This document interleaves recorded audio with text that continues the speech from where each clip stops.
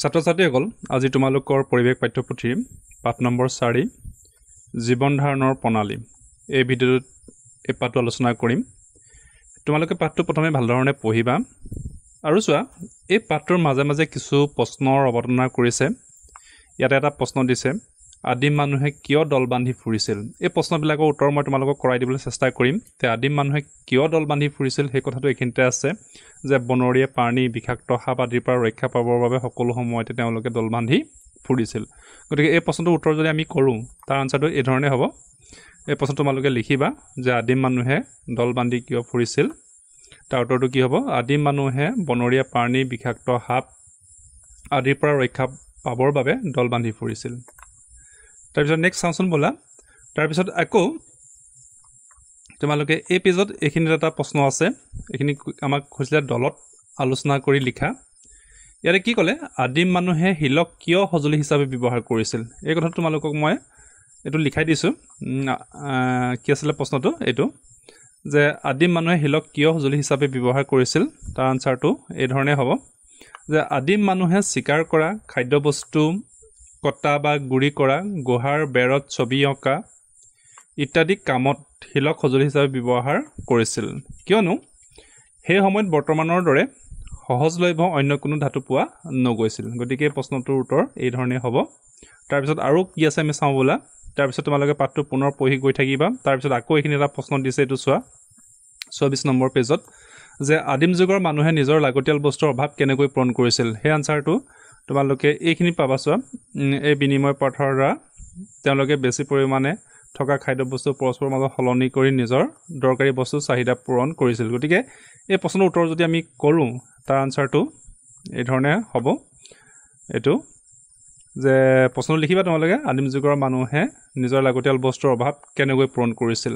গতিকে আদিম যুগৰ মানুহে চিকাৰ কৰি আৰু বিনিময় প্ৰথাৰ দ্বাৰা তেওঁলোকৰ হাতত মজুত থকা অতিৰিক্ত খাদ্যবস্তু পৰস্পৰৰ মাজত সাল সলনি কৰি নিজৰ লাগতিয়াল বস্তুৰ অভাৱ পূৰণ কৰিছিল। গতিকে যদিও ধৰা এই প্ৰশ্নবিলাক পাঠৰ মাজত দিছে, তোমালোকৰ পাঠভিত্তিক প্ৰশ্নবিলাক আছেই বেলেগকৈ, কিন্তু এই প্ৰশ্নবিলাকো খুব গুৰুত্বপূৰ্ণ, সেইকাৰণে মই তোমালোকক কৰাই দিবলৈ চেষ্টা কৰিছোঁ। তাৰপিছত আৰু কিবা প্ৰশ্ন আছে নি চাওঁ বোলা আমি।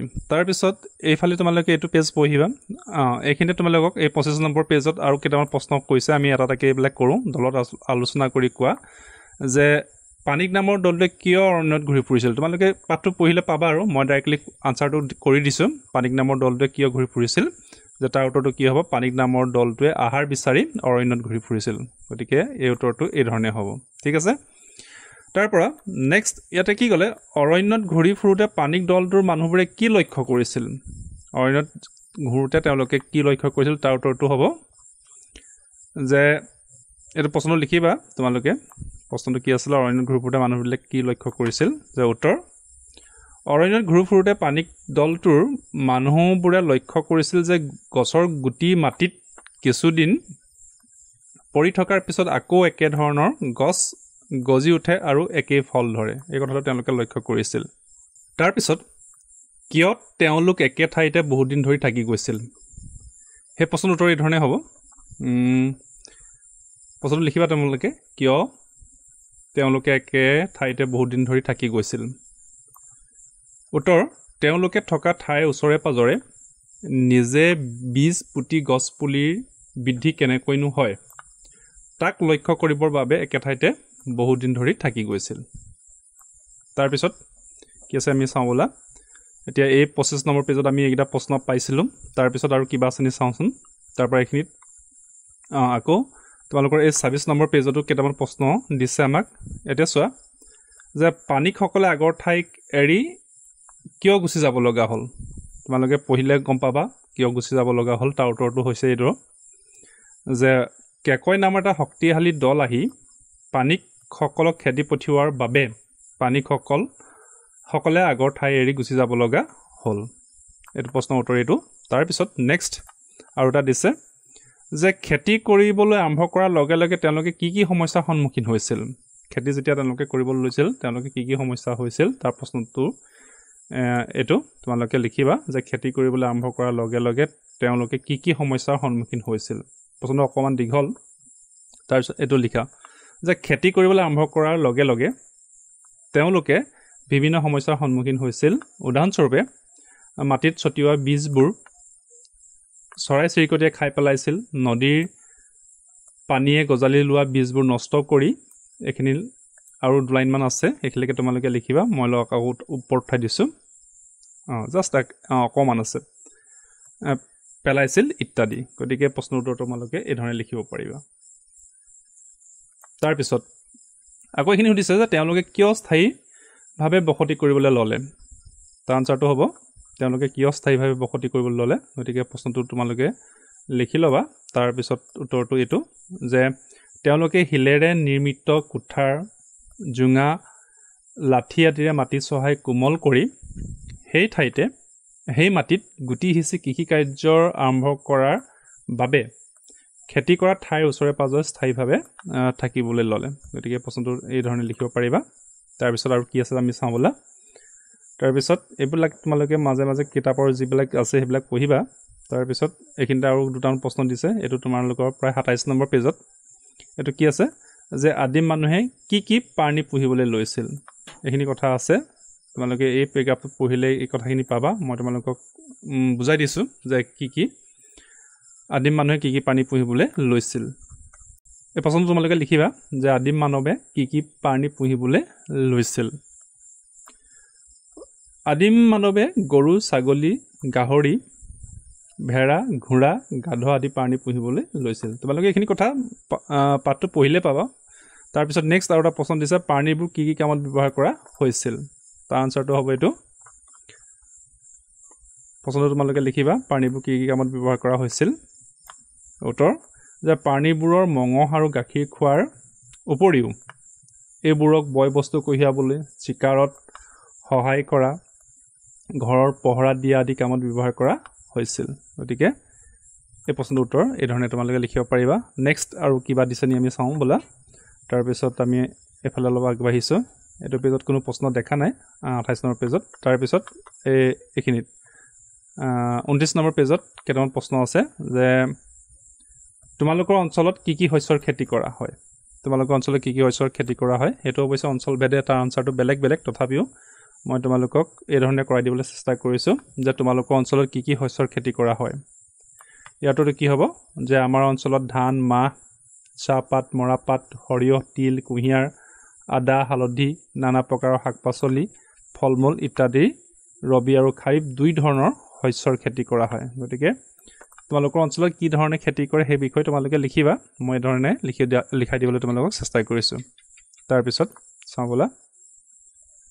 এতিয়া এইখিনি আৰু এটা প্ৰশ্ন দিছে যে ভৈয়াম আৰু পাহাৰীয়া অঞ্চলৰ পাৰ্থক্যসমূহ লিখা। কিন্তু এই প্ৰশ্নটো তোমালোকৰ পাঠভিত্তিক প্ৰশ্নটো আছে, লেচনটোৰ শেষত যিমানবিলাক পাঠভিত্তিক প্ৰশ্ন আছে তাতে এই প্ৰশ্ন আছে ভৈয়াম আৰু পাহাৰীয়া অঞ্চলৰ পাৰ্থক্যসমূহ। গতিকে মই একেবাৰে লিখাই দিম। গতিকে এইখিনি মই এইটো প্ৰশ্ন উত্তৰ কৰি দিয়া নাই। যেতিয়া পাঠভিত্তিক প্ৰশ্নবিলাক আমি লিখিম তোমালোকক মই দেখাই দিছোঁ বাৰু কোনখিনি আছে পাঠভিত্তিক প্ৰশ্ন। পাহাৰ আৰু ভৈয়ামৰ পাৰ্থক্য এইটো চোৱা, এই পাৰ্থক্য লিখা পাহাৰ আৰু ভৈয়াম। গতিকে এই প্ৰশ্নটো আমি যেতিয়া কৰিম তেতিয়া সেই প্ৰশ্নটোৰ উত্তৰ একেখিনিয়ে কথা। গতিকে বাৰে বাৰে লিখি থকাৰ কোনো প্ৰয়োজন নাই। গতিকে সেই প্ৰশ্নটো এতিয়া মই তোমালোকক লিখাই দিয়া নাই, ঠিক আছে।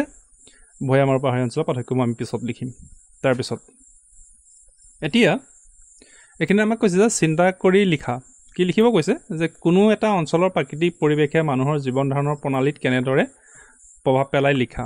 গতিকে এই প্ৰশ্নটো মই তোমালোকক লিখাই দিবলৈ চেষ্টা কৰিছোঁ এইটো যে কোনো এটা অঞ্চলৰ প্ৰাকৃতিক পৰিৱেশে মানুহৰ জীৱন ধাৰণৰ প্ৰণালীত কেনেদৰে প্ৰভাৱ পেলাই লিখা। গতিকে তোমালোকে এই ধৰণে লিখিবা। মই অলপ ওপৰলৈ দি দিছোঁ, এইখিনিৰ পৰা আৰম্ভ কৰিম।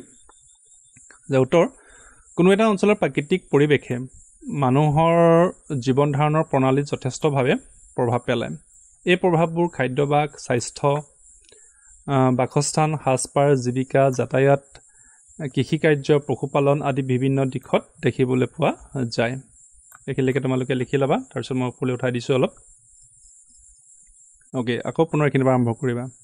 উদাহৰণস্বৰূপে পাহাৰীয়া অঞ্চলত বাস কৰা লোকৰ খেতি বাতি কৰাৰ পদ্ধতি, যাতায়াত ব্যৱস্থা, খাদ্যাভ্যাস ইত্যাদি ভৈয়াম বা উপত্যকা অঞ্চলত বাস কৰা লোকতকৈ পৃথক হয়। ঠিক সেইদৰে অতিপাত গৰম অঞ্চলত বসবাস কৰা লোকৰ জীৱন ধাৰণ প্ৰণালী অতিপাত ঠাণ্ডা অঞ্চলত বসবাস কৰা লোকতকৈ পৃথক হয় গতিকে এইখিনি লিখিবা আৰু অলপ আছে তাৰপিছত মই পুনৰ এনেকৈ পেজটো ওপৰলৈ উঠাই দিম তাৰপিছত পুনৰ এইখিনিৰ পৰা লিখিবলৈ আৰম্ভ কৰিবা যে কিয়নো দুয়োখন ঠাইৰ প্ৰাকৃতিক পৰিৱেশ বেলেগ বেলেগ হয় আকৌ নদী কাষৰীয়া অঞ্চলত বাস কৰা লোকৰ কৃষি কাৰ্য বাসস্থানৰ আৰ্হি যাতায়াত ব্যৱস্থা পশুপালন জীৱিকাৰ উপায় ইত্যাদি নদ নদী নথকা অন্য সমভূমিত আৰু কেইলাইনমান আছে লাষ্ট এয়া লিখিবা তাৰপিছত মই পুনৰ পেজটো ওপৰলৈ নিদিছোঁ জাষ্ট এক লাইন আছে বসবাস কৰা লোকতকৈ পৃথক হয় গতিকে এই প্ৰশ্নটোৰ অকণমান দীঘল ইচ্ছা কৰিলে তোমালোকে লিখিবা আৰু এইটো পৰীক্ষাত আহিব বুলি মই ইমান ভবা নাই তথাপিও আমি জানিব লাগে তাৰপিছত আৰু কি আছে চাওঁ ব'লা তাৰপিছত ইয়াতে এটা প্ৰকল্প কৰিবলৈ দিছে মই জাষ্ট এইটো আৰ্হি এটা দেখাই দিছোঁ যে প্ৰকল্পটো কি দিছে তুমি বাস কৰা ঠাইখনৰ 5টা পৰিয়ালৰ সদস্যসকলৰ জীৱন ধাৰণৰ প্ৰণালী কেনেকুৱা কৰ্মত জড়িত হৈ আছে তাৰ তথ্য সংগ্ৰহ কৰা তলৰ তালিকাখনৰ আৰ্হি অনুসৰি নিজৰ বহীত লিখা এইটো তোমালোকে নিজে কৰিবা মই এটা চেম্পল দেখাই দিছোঁ ইয়াতে আমাক প্ৰথমে কি লিখিব আছে ক্ৰমিক নং 1 তোমালোকে বাকী 2-3 কেইটা নিজে কৰিবা তাৰপিছত এইখিনি জিলাৰ নাম তোমালোকৰ নিজৰ নিজৰ জিলাৰ নাম লিখিবা মই লিখিছোঁ গোলাঘাট তাৰপিছত তোমালোকে বাস কৰা ঠাই মানে যিকেইটা পৰিয়ালৰ তোমালোকে এই তথ্যবিলাক ল'বলৈ গৈছা তেওঁলোক ক'ত বাস কৰে গাঁৱত নে নগৰত নে পাহাৰত চহৰ এইবিলাক লিখিবা ধৰি লওক গাঁৱত বাস কৰে তাৰপিছত যিটো পৰিয়াললৈ গ'লা তাত কৃষি কৰ্মত জড়িত হৈ থকা লোকৰ সংখ্যা আৰু তেওঁলোকে কি কি শস্যৰ খেতি কৰে সেইটো কথা কৰিবলৈ কৈছে ধৰি লোৱা পৰিয়ালত 2জন আছিলে আৰু তেওঁলোকে ধান চাহ আৰু শাক পাচলি খেতি কৰে গতিকে এই কথাটো তোমালোকে লিখিবা তাৰপিছত পৰিয়ালত চাকৰিজীৱী লোকৰ সংখ্যা আছে নি যদি আছে লিখিবা 1-2জন যি হয় মই জাষ্ট এটা উদাহৰণস্বৰূপে তোমালোকক দেখাই দিছোঁ তাৰপিছত ব্যৱসায় আৰু কোনোবা সদস্যই ব্যৱসায় কৰে নেকি মই ইয়াত 1জন লিখিছোঁ আৰু অন্যান্য ইয়াতে মই নাই লিখিছোঁ গতিকে এই চেম্পলটো মই তোমালোকক দেখাই দিলোঁ তোমালোকে এই ধৰণে ধৰি লোৱা এইটো এটা পৰিয়াল হৈ গ'ল তোমালোকক 5টা পৰিয়াল দিছে নহয় 5টা পৰিয়ালৰ এই তথ্যখিনি তোমালোকে পুৰাই এই প্ৰকল্পটো কৰিবলৈ চেষ্টা কৰিবা অ'কে ঠিক আছে তাৰপিছতে কি আছে চাওঁ ব'লা এতিয়া চোৱা আমি ইতিমধ্যে ইমান পৰে ইয়াত পাঠটোৰ মাজৰ প্ৰশ্নখিনিহে কৰি আছিলোঁ এতিয়া তোমালোকৰ অনুশীলনীৰ প্ৰশ্ন আছে এইখিনিও আমি কৰিম এইখিনি খুবেই এটা গুৰুত্বপূৰ্ণ ইয়াতে কি কৈছে যে উত্তৰ লিখা কি প্ৰথম প্ৰশ্ন ক নম্বৰ কি দিছে যে গাঁৱৰ বাসিন্দাসকলৰ প্ৰধান জীৱিকা কি তেওঁলোকে কি কি শস্যৰ খেতি কৰে গতিকে এই প্ৰশ্নবিলাকৰ উত্তৰ মই তোমালোকক কৰাই দিবলৈ চেষ্টা কৰিছোঁ তেতিয়া ব'লা আমি প্ৰথমে এই অনুশীলনী প্ৰশ্নবিলাক আৰম্ভ কৰোঁ গতিকে প্ৰথম প্ৰশ্নটো কি আছিলে যে গাঁৱৰ বাসিন্দাসকলৰ প্ৰধান জীৱিকা কি তেওঁলোকে কি কি শস্যৰ খেতি কৰে গতিকে এই প্ৰশ্নটোৰ উত্তৰ তোমালোকে এই ধৰণে লিখিবা যে গাঁৱৰ বাসিন্দাসকলৰ প্ৰধান জীৱিকা হ'ল কৃষি তেওঁলোকে সাধাৰণতে ধান মাহ মৰাপাট সৰিয়হ তিল কুঁহিয়াৰ নানা প্ৰকাৰৰ শাক পাচলি আদিৰ খেতি কৰে এইটো এটা খুব গুৰুত্বপূৰ্ণ প্ৰশ্ন তাৰপিছত কি আছে তাৰপৰা খ নম্বৰ প্ৰশ্নটো কি ক'লে আমাক চৰ অঞ্চলত বাস কৰা লোকসকলে কি কি শস্যৰ খেতি কৰে এইটো এটা খুব দৰকাৰী পৰীক্ষাত আহিবলগীয়া চৰ অঞ্চলত বাস কৰা লোকে কি কি শস্যৰ খেতি কৰে এইটো প্ৰশ্ন লিখিবা চৰ অঞ্চলত বাস কৰা লোকসকলে কি কি শস্যৰ খেতি কৰে তাৰ উত্তৰটো এই ধৰণে হ'ব যে চৰ অঞ্চলত বাস কৰা লোকসকলে মাহ সৰিয়হ জলকীয়া বেঙেনা তৰমুজ আদিৰ দৰে ৰবি শস্যৰ খেতি কৰে তাৰপিছত নেক্সট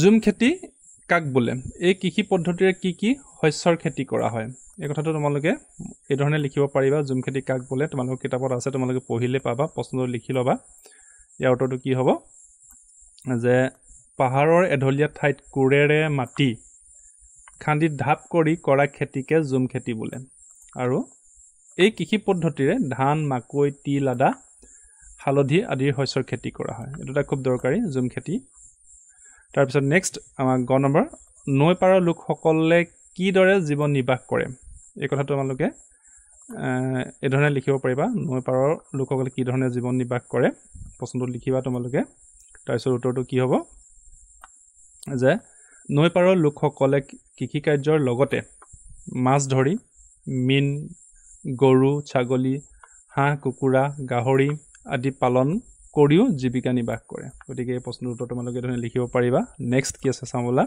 তাৰপৰা চাহ বাগিচাৰ শ্ৰমিকসকল কি কি কামৰ লগত জড়িত এইটো প্ৰশ্নৰ উত্তৰ এইটো হ'ব এইটো এটা খুব দৰকাৰী প্ৰশ্ন লিখিবা তোমালোকে কি কি কামৰ লগত জড়িত হৈ থাকে চাহ বাগিচাৰ শ্ৰমিকসকল তাৰ উত্তৰটো কি হ'ব চাহ বাগিচাৰ শ্ৰমিকসকল বাগিচাৰ কোমলীয়া পাত ছিঙা, উদ্যোগলৈ বস্তু অনা নিয়া কৰা, যন্ত্ৰপাতি চলোৱা আদি বিভিন্ন কামৰ লগত জড়িত হৈ থাকে। খুব দৰকাৰী এটা প্ৰশ্ন। তাৰপিছত আৰু কি আছে আমি চাওঁ ব'লা। গতিকে আমি ইতিমধ্যে এইখিনিলৈকে আমাৰ যিখিনি চমু প্ৰশ্ন আছিলে এইখিনি কৰিলোঁ। তাৰপিছতে 2 নম্বৰতে কি দিছে চোৱা, ইয়াতে ক অংশৰ লগত খ অংশ মিলাব দিছে। এইখিনি মই তোমালোকক মিলাই দিছোঁ, ক আৰু খ অংশ কেনেকৈ মিলাব লাগে।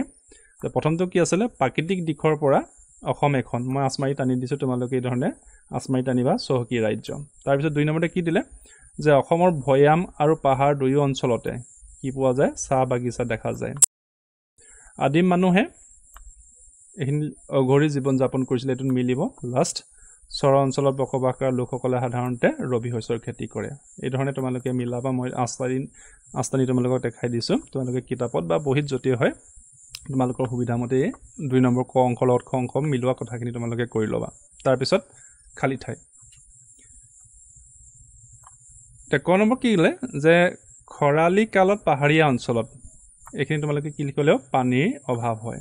খালী ঠাইত কি হ'ব, পানীৰ অভাৱ হয়।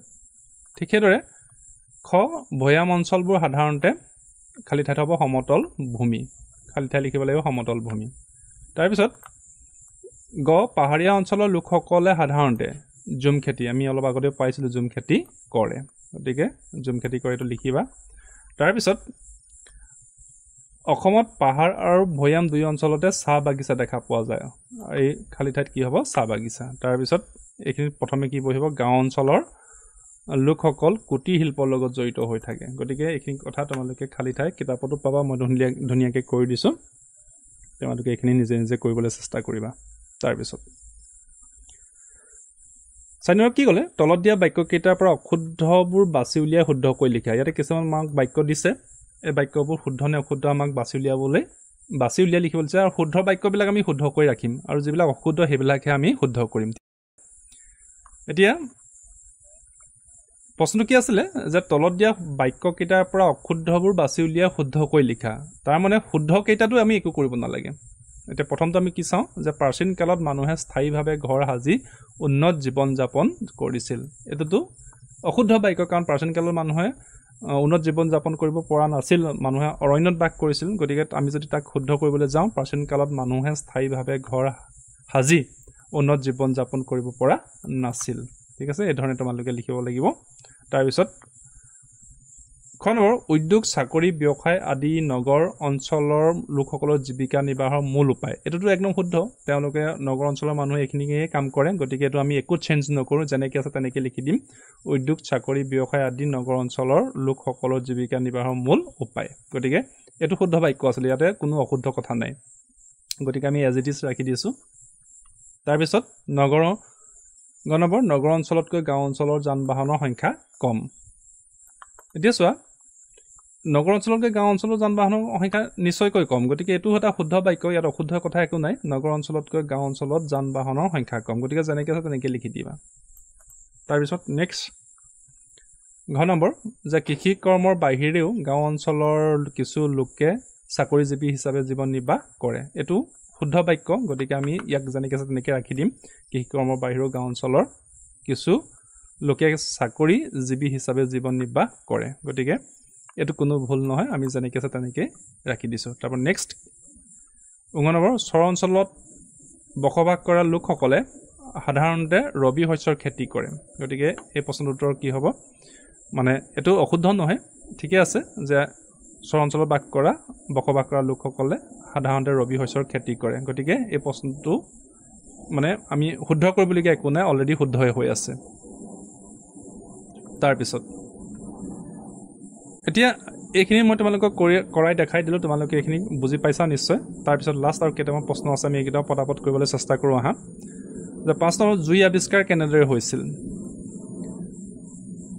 তাৰ উত্তৰটো কেনেকৈ লিখিব লাগিব, যে জুই আৱিষ্কাৰ কেনেদৰে হৈছিল, সেইটো তোমালোকে ধৰণে লিখিবা। উত্তৰ, শিলে শিলে ঘঁহনি খাই উৎপত্তি হোৱা ফিৰিঙতীয়া শুকান ডালপাতৰ সংস্পৰ্শলৈ আহি জুইৰ সৃষ্টি কৰিছিল। এইদৰে জুই আৱিষ্কাৰ হৈছিল। গতিকে প্ৰশ্নটো খুব দৰকাৰী, এইটো তোমালোকে লিখিবা। তাৰপিছত 6 নম্বৰ, আদিম কালৰ মানুহে কি কি কামৰ বাবে শিলৰ সঁজুলি ব্যৱহাৰ কৰিছিল। গতিকে প্ৰশ্নটোৰ উত্তৰ মই তোমালোকক কৰাই দিছোঁ। প্ৰশ্নটো কি আছিলে আদিম কালৰ মানুহে কি কামৰ বাবে শিলৰ সঁজুলি ব্যৱহাৰ কৰিছিল উত্তৰ আদিম কালৰ মানুহে চিকাৰ কৰা খাদ্য বস্তু কটা বা গুৰি কৰা গুহাৰ বেৰত ছবি অঁকা ইত্যাদি কামৰ বাবে শিলৰ সঁজুলি ব্যৱহাৰ কৰিছিল গতিকে প্ৰশ্নটোৰ উত্তৰ এই ধৰণে হ'ব তোমালোকে এইটো লিখিবলৈ চেষ্টা কৰিবা তাৰ পিছত লাষ্ট কি আছে আমি চাওঁ বলা লাষ্ট পাৰ্থক্য লিখা আছে প্ৰথম পাৰ্থক্যটো আমাক কি দিলে কোনো গাঁও আৰু চহৰ গতিকে আমি প্ৰথমে গাঁও আৰু চহৰৰ পাৰ্থক্যটো লিখিবলৈ চেষ্টা কৰোঁচোন আহা এইটো মই তোমালোকক লিখাই দিছোঁ অলপ দীঘল আছে পাৰ্থক্য লিখা তোমালোকে বহিত এই ধৰণে লিখি ল'বা গাঁও আৰু চহৰ তাৰপৰা আমি এইখিনিৰ পৰা আৰম্ভ কৰিম যে ভৈয়ামৰ সমতল ভূমিত মানুহে গাঁও পাতি বসবাস কৰে গাঁৱৰ বাসিন্দাসকলৰ প্ৰধান জীৱিকাৰ উপায় হ'ল কৃষি সাধাৰণতে গাঁৱৰ মানুহে ধান মৰাপাট সৰিয়হ তিল কুঁহিয়াৰ নানা প্ৰকাৰৰ শাক পাচলি আদি খেতি একেলগে তোমালোকে লিখিবা তাৰপিছত মই পেজটো ওপৰলৈ উঠাই দিছোঁ একেলগে লিখিবা লাইনকেইটা কিন্তু মিলাই ল'বা সেইটো কথা ধ্যান ৰাখিবা তাৰপিছত কৰা দেখা যায় গাঁৱৰ অঞ্চলৰ কিছু লোক কুটিৰ শিল্পৰ লগত জড়িত হৈ থাকে কিছু সংখ্যক লোকে চাকৰি কৰিও জীৱিকা নিৰ্বাহ কৰে গাঁও অঞ্চলৰ যাতায়াত ব্যৱস্থা উন্নত নহয় যান বাহনৰ সংখ্যাও কম শিক্ষা চিকিৎসা ব্যৱসায় আদিৰ সুবিধাও সাধাৰণতে কম গতিকে আৰু আছে এইখিনি তোমালোকে লিখিবা তাৰপিছত আকৌ পুনৰ পেজটো মই ওপৰলৈ দি দিছোঁ তাৰপিছত বাকীখিনি তোমালোকে লিখিবা এই ধৰণে তাৰপিছত এইখিনিৰ পৰা আৰম্ভ কৰিবা আনহাতে গাঁও অঞ্চলতকৈ চহৰ অঞ্চলত বসবাসৰ সুবিধা বেছি চহৰৰ বাট পথ আহল বহল যাতায়াতৰ বাবে সুচল চহৰৰ জনবসতি ঘন যান বাহনৰ সংখ্যাও অধিক ইয়াত যথেষ্ট সংখ্যক বিদ্যালয় মহাবিদ্যালয় চৰকাৰী আৰু বেচৰকাৰী কাৰ্যালয় অনুষ্ঠান প্ৰতিষ্ঠান আদি থাকে চহৰৰ দাঁতিকাষৰীয়া অঞ্চলসমূহত ডাঙৰ একেলগে লিখিবা আৰু অলপ আছে একেলগে লিখি পুনৰ এইকেইটা মই উঠাই দিছোঁ তাৰপৰা লাষ্ট এইখন লিখিবা যে ডাঙৰ উদ্যোগ প্ৰতিষ্ঠা কৰা হয় চাকৰি ব্যৱসায় আদিয়ে চহৰ অঞ্চলৰ লোকসকলৰ প্ৰধান জীৱিকা গতিকে প্ৰথম পাৰ্থক্যটো আমি লিখিলোঁ অলপ দীঘল হৈছে তোমালোকে পৰীক্ষাত অলপ চমুৱাই লিখিবলৈ চেষ্টা কৰিবা তথাপি মই অলপ যিমানখিনি পাৰোঁ তোমালোকক বহলাই লিখাই দিবলৈ চেষ্টা কৰিছোঁ তাৰপিছত লাষ্ট আছে ভৈয়াম আৰু পাহাৰ গতিকে প্ৰশ্নটোৰ উত্তৰ এই ধৰণে হ'ব তোমালোকে লিখিবা ভৈয়াম আৰু পাহাৰ এইবাৰ আমি ভৈয়াম আৰু পাহাৰৰ পাৰ্থক্য লিখিবলৈ লৈছোঁ উত্তৰটো কি হ'ব পৰ্বত পাহাৰ নথকা আহল বহল সমতল ভূমি বা অঞ্চলক ভৈয়াম বোলে ভৈয়াম অঞ্চলত নদ নদী খাল বিল পুখুৰী আদি যথেষ্ট পৰিমাণে পোৱা যায় ভৈয়ামৰ মাটি পলসুৱা হোৱাৰ বাবে কৃষিৰ বাবে উপযোগী ভৈয়ামৰ সমতল ভূমিত মানুহে গাঁও পাতি বসবাস কৰে আৰু ইয়াৰ একেলগে লিখিবা তাৰপিছত একেলগে লিখাৰ পিছত পুনৰ তোমালোকক মই লাইনকেইটা ওপৰলৈ নি দিছোঁ আৰু আছে এইটো অলপ দীঘলেই হয় তাৰপিছত একেলগে লিখি তাৰপিছত পুনৰ এইখিনিৰ পৰা আৰম্ভ কৰিবা বাসিন্দাসকলৰ মূল জীৱিকা হ'ল কৃষি ইয়াৰ উপৰি কিছু লোক কুটিৰ শিল্প পশুপালন মীন পালন ব্যৱসায় চাকৰি ইত্যাদিৰ লগত জড়িত হৈ থাকে ভৈয়ামৰ জনবসতি যাতায়াত শিক্ষা চিকিৎসা বিজুলী পানী আদিৰ ব্যৱস্থা পাহাৰ অঞ্চলতকৈ উন্নত তাৰপিছত পুনৰ মই পেজটো ওপৰলৈ উঠাই দিছোঁ তোমালোকে পুনৰ আৰু বাকীখিনি লিখিবা আনহাতে বহু ঠাই জুৰি গছ গছনিৰে ভৰা উচ্চ শিলাময় ওখচাপৰ ঠাইবোৰে হৈছে পাহাৰ খৰালি কালত পাহাৰীয়া অঞ্চলত পানীৰ অভাৱ হয় এই অঞ্চলৰ লোকসকলে সাধাৰণতে জুম কৃষি পদ্ধতিৰে পাহাৰৰ এঢলীয়া ঠাইত ধান মাকৈ তিল আদা হালধি খেতি কৰে আৰু কেইলাইনমান আছে একেলগে লিখি ল'বা তাৰপিছত লাষ্ট পুনৰ এইখিনিৰ পৰা আৰম্ভ কৰিবা ইয়াৰোপৰি গাহৰি গৰু কুকুৰা আদি পুহিও পাহাৰীয়া অঞ্চলৰ লোকসকলে জীৱন নিৰ্বাহ কৰে কিছু সংখ্যক লোক চাকৰি ব্যৱসায় আদিৰ লগতো জড়িত হয় ইয়াৰ যাতায়াত একেলগে লিখিবা আৰু লাষ্ট কেইলাইনমান আছে ইয়াৰ এই লাইনটো মিলাই ল'বা ইয়াৰ যাতায়াত শিক্ষা চিকিৎসা আদিৰ ব্যৱস্থা ভৈয়ামৰ দৰে সুচল নহয় আৰু জনবসতিও হেৰেঙা ইয়াত মানুহে জীৱন নিৰ্বাহৰ বাবে কঠোৰ পৰিশ্ৰম কৰিবলগীয়া হয় গতিকে এইটো আছিলে পাহাৰ ভৈয়ামৰ পাৰ্থক্য ভিডিঅ'টো যথেষ্ট দীঘল হৈছে কিয়নো ইয়াতে যথেষ্টখিনি প্ৰশ্নও দিছে মই সকলোবিলাক প্ৰশ্ন পাঠৰ মাজত থকা প্ৰশ্নবিলাকো কৰাই দিবলৈ চেষ্টা কৰিছোঁ আৰু অনুশীলনীত যিবিলাক প্ৰশ্ন আছে এইবিলাক কৰাই দিবলৈ চেষ্টা কৰিছোঁ গতিকে তোমালোকে ভিডিঅ'টো চাই এইবিলাক প্ৰশ্নৰ উত্তৰ কৰিবা বুলি মই আশা ৰাখিলোঁ গতিকে ভিডিঅ'টো আজি ইমানতে সামৰিছোঁ ধন্যবাদ